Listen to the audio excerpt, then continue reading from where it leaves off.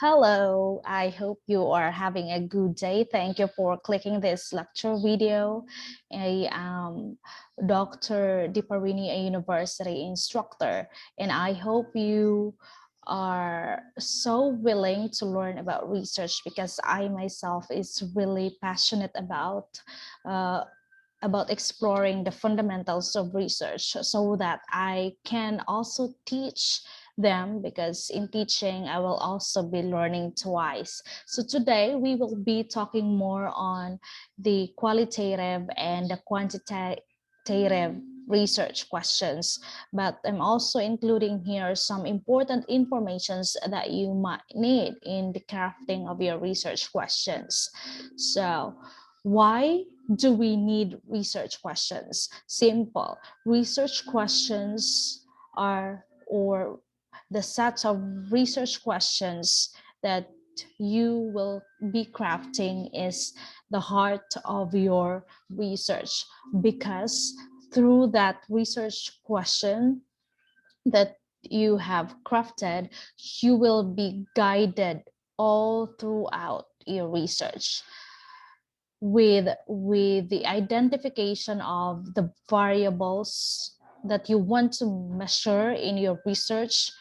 You will have an idea already on who will be my respondents or participants, or what is the subject of my research, and where will I get the data for this research, or how will I collect the data for this research. So otherwise, if you don't have research questions, then you will flounder, or you are not taught to do research itself, because research research is born from the questions that we have in mind.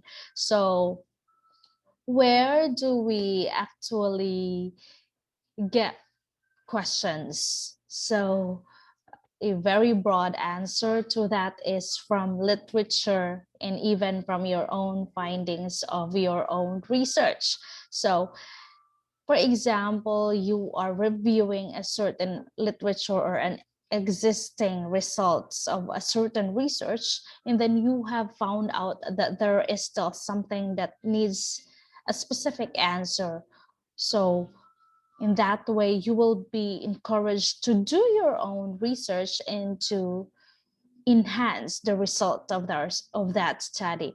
That's why you may come across a suggestion for an unanswered research question, because in a certain research there can be a suggested further research, or what you called as FRIN in my previous lecture video. So further research is needed in this area, because as you go through your research, you yourself as a researcher can identify the weaknesses of your research. So you will realize that there is still a need to do more research for this subject, for this matter. So you may also decide to replicate someone else's work, perhaps to challenge it, perhaps within a different or particularly interesting context or environment, or perhaps to use a different form of analysis on the same related data. So when you replicate someone else's studies, it doesn't mean that you have to copy everything from the rationality to the definition of terms. No, that's not the way on how to replicate. You need to change in some ways, for example, with the environment, the respondents, and even the way you gather the data. And of course, with the changes or with the modification that you made in the gathering of data, automatically you will also modify the title of your research. So of course, when you compare the two researches, that the existing and your own research, that might be too similar in the eyes of others, but when they try to scrutinize the content of your research, they will realize that there is really a gap between the existing and your own research. So that's why, again, I want to emphasize that it is very important to have a literature review before you proceed to the crafting of your own research, because literature is really the prime motivation for you to do your own research. Okay, so I hope I am clear with that. So let's compare quantitative research questions and qualitative research questions, because this is really my main goal in this lecture video, so that my students will be guided on how to craft research questions, whether quantitative or qualitative. So quantitative research questions usually start with how, what, or why, or even sometimes with predictive questions like is, are, do, and does. But of course, these predictive questions should not only end up with the yes or no answer. There must be a support. If yes, then why? If yes, then how it happened. If no, then why and or how it happened. So like this, there should be a support. And that support is of course based on the findings of the study. So and to strengthen the claim of that findings, a literature again must also be cited in the interpretation of data. Okay, so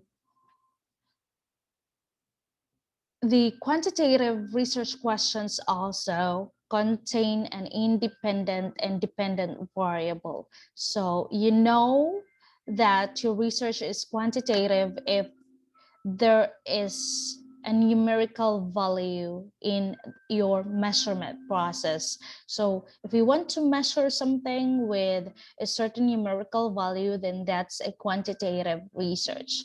So there must be an independent and dependent variable, or you want to look at the connections or relations or comparisons between variables. So since I am talking about variables, I am inserting here a little information about variables so that it will really be clear to you what are variables. So it is a quantity or a characteristic that has two or more mutually exclusive values of properties. So that's according to Sevilla et al. 1992. So there are types of variables. This is even a very common information even in your science classes. So the first is we have the independent variable. The second, we have the dependent variable, then the moderate variable, the control variable, and the intervening variable. So in your research, the very common variables that will be used are the independent and the dependent variable. Sometimes there is intervening variable. The moderate variable and the control variable is already up to you as a researcher if you have to include that. So what is then the difference of these types of variables? So the first, of course, the independent variable is the stimulus variable that a researcher has chosen.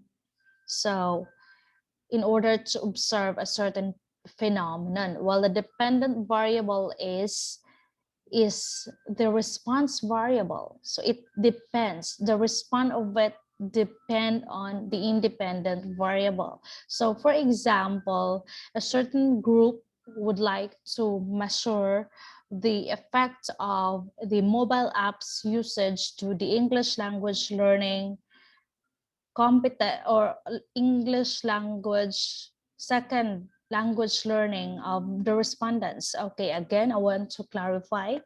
A certain group would like to study about the effect of mobile apps usage to the second language learning of the respondents. So the second language learning of the respondents would depend on the mobile apps usage. So therefore, the independent variable there is the mobile apps usage, while our dependent variable is the second language learning of the respondents. So the moderate variable also, this is a secondary or special type of independent variable chosen by the researcher.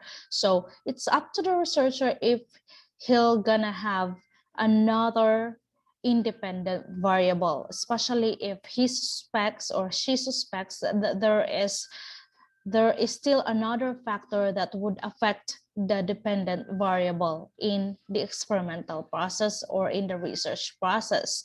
So the control variable also is controlled by the researcher, in which the effects can be neutralized by eliminating or removing the variable. It means that it is not really necessary. The researcher can remove it, can eliminate it in the research process. So, and lastly, the intervening variable. This is very common in the previous research of the students. This variable interferes with the independent and dependent variable, but uh, but its effects can either strengthen or weaken the independent and dependent variables. Examples of these are the gender, the age, the socioeconomic status, or the attitudes of the respondents. So for a deeper comprehension, let me show an illustration. So we have here the blue and the pink and the old row. So the blue stands for the independent variable, and the pink stands for the intervening variable, and the old row stands for the dependent variable.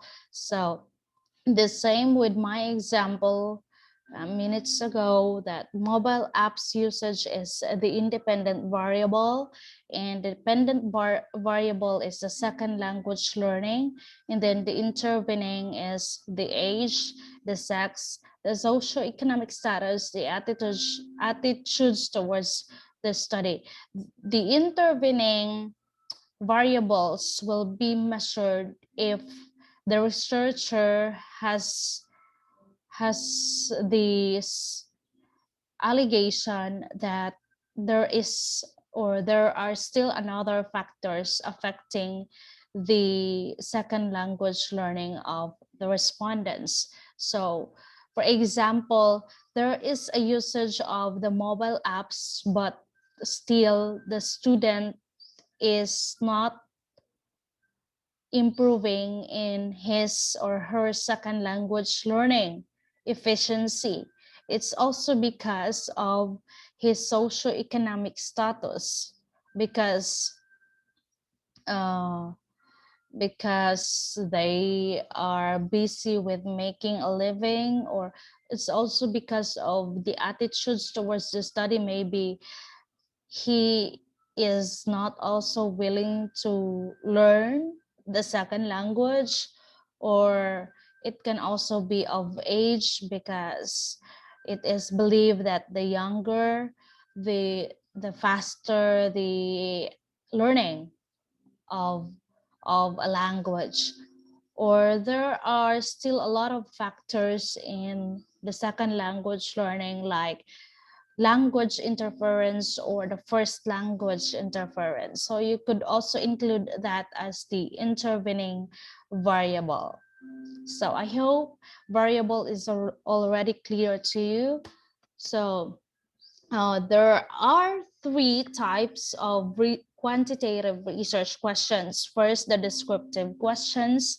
Second, the causal questions. And third, the predictive questions. I even included here the types of descriptive methods so that you will have an idea on what are the descriptive questions that you can do. So these are descriptive surveys. When you do a survey, when you consider the social or the psychological aspects of research, the psychological and the social status of the respondents. And then descriptive normative survey, when you do a survey and and you compare the results of your survey to a certain norm or standard of the society. Like you want to, like one of the groups would like to study about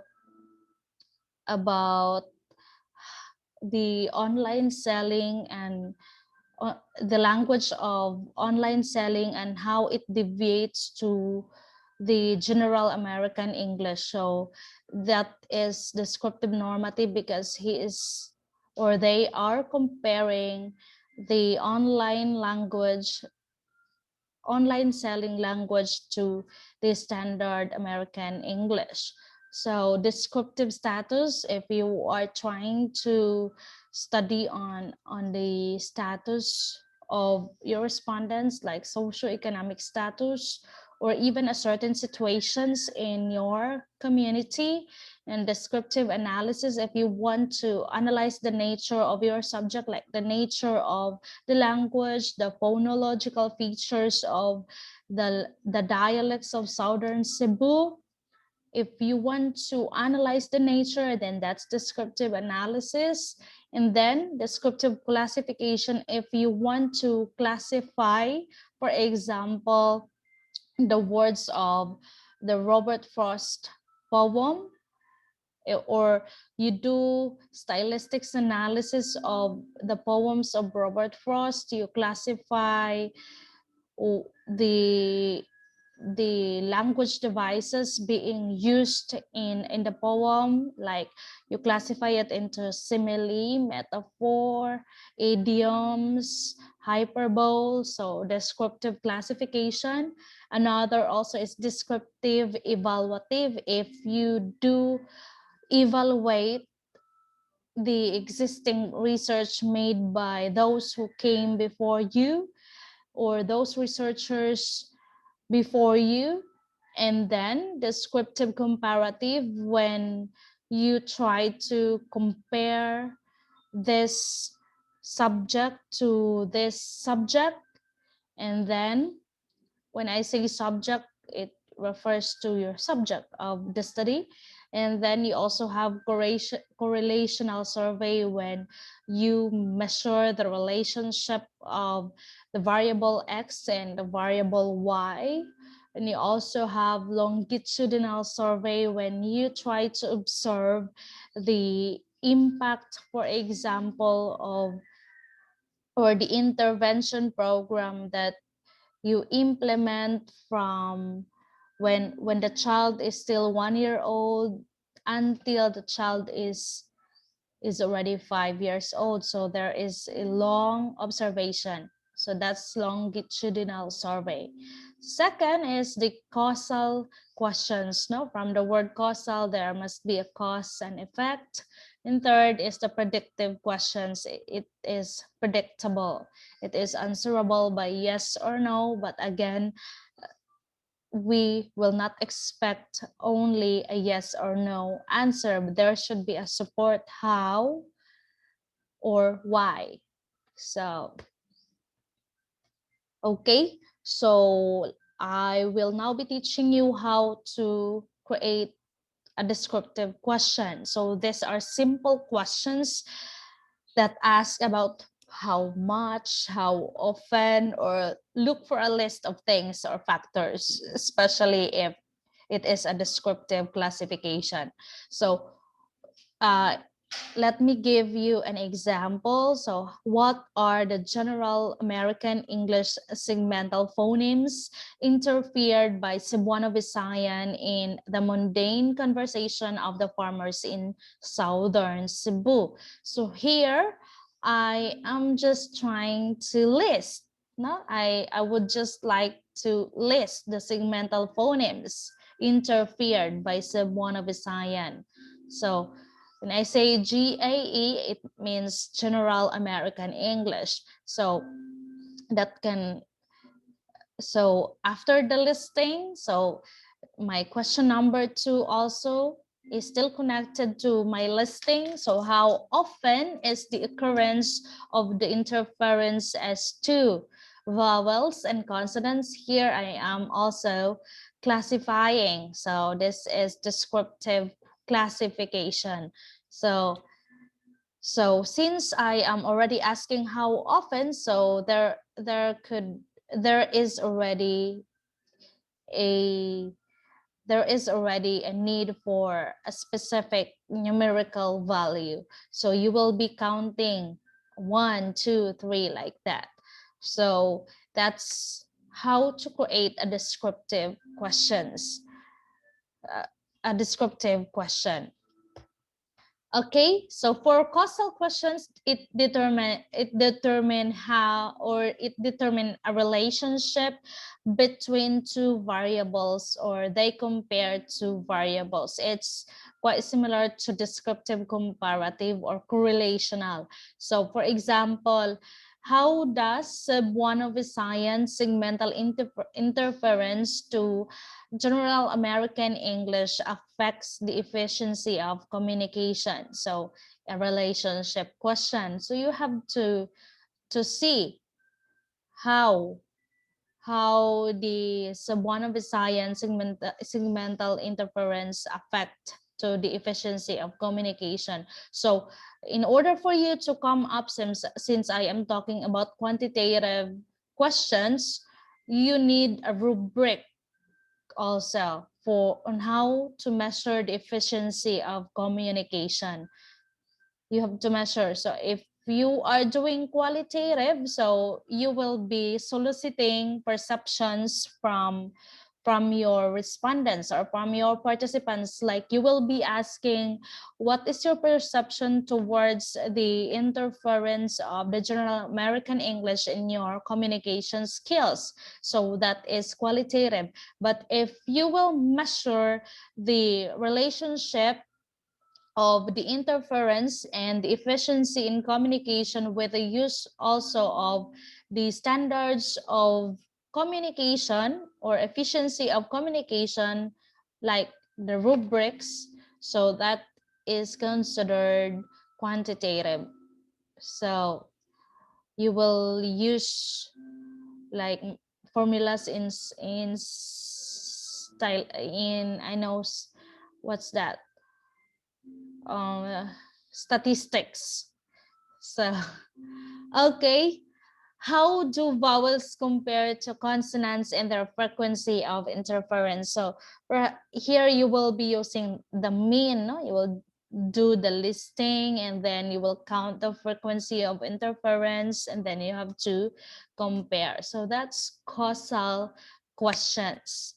Next, we have the predictive question. You have to forecast an outcome. Example, does frequent interference lead to inefficiency in communication? The answer of that would be yes. How? You have to support how. You have to support why. Like that. You have to support it with statistics. Okay. So for let me correct this. This is not qualitative. This is qualitative research questions. So it usually start with how or what. So it identify the central phenomenon you plan to explore. Tell in your question what you're going to describe, explore, generate, discover, or understand. Example, avoid the use of quantitative words such as relate, influence, effect, and cause. Because if you use that words, it means you are doing a quantitative research. And in language studies, most of you are doing pure research or qualitative research, where you don't need to see the effect of this variable to the dependent variable. Okay, so steps in creating a qualitative research question. Since most of my students are having a qualitative research question, so I am also trying to emphasize these things, that first you need to choose an interesting topic that seeks to explore or describe a phenomena. So since most of them are using using linguistic features as their phenomena, then create a purpose statement using words such as explore, understand, investigate, or discover. Like example, this study investigates the first language segmental phoneme interference by AB English students in Argao in the second language speech in General American English. So that's a qualitative study. It investigate. Okay. So now step 3, you have to modify it into a central question. So I'm trying to give you a template so that it would be easy for you to structure your question. So for example, you have the WH, then the central phenomenon of for the participants, it in of research site. So it does not also follow that you really need to follow this template. As long as your question is a research question, researchable question, then so be it. For example, in this case, this is only a suggested template. So how do the three Cebuano-Visayan vowel phonemes of E, A, and U interfere to General American English in the conversations of AB students, AB English students in Argao? So our central phenomenon here is the three Cebuano-Visayan vowel phonemes of E, A, U interfere to General American English in the conversations. Then our participants of AB English students, and then the research site is Argao. So as simple as that. Okay, so the big concept that I want to tell you in crafting a research question is that research question must neither be too broad that you want to answer all the questions of the universe, nor too specific that it is already very predictable, like you can answer it even without doing a research.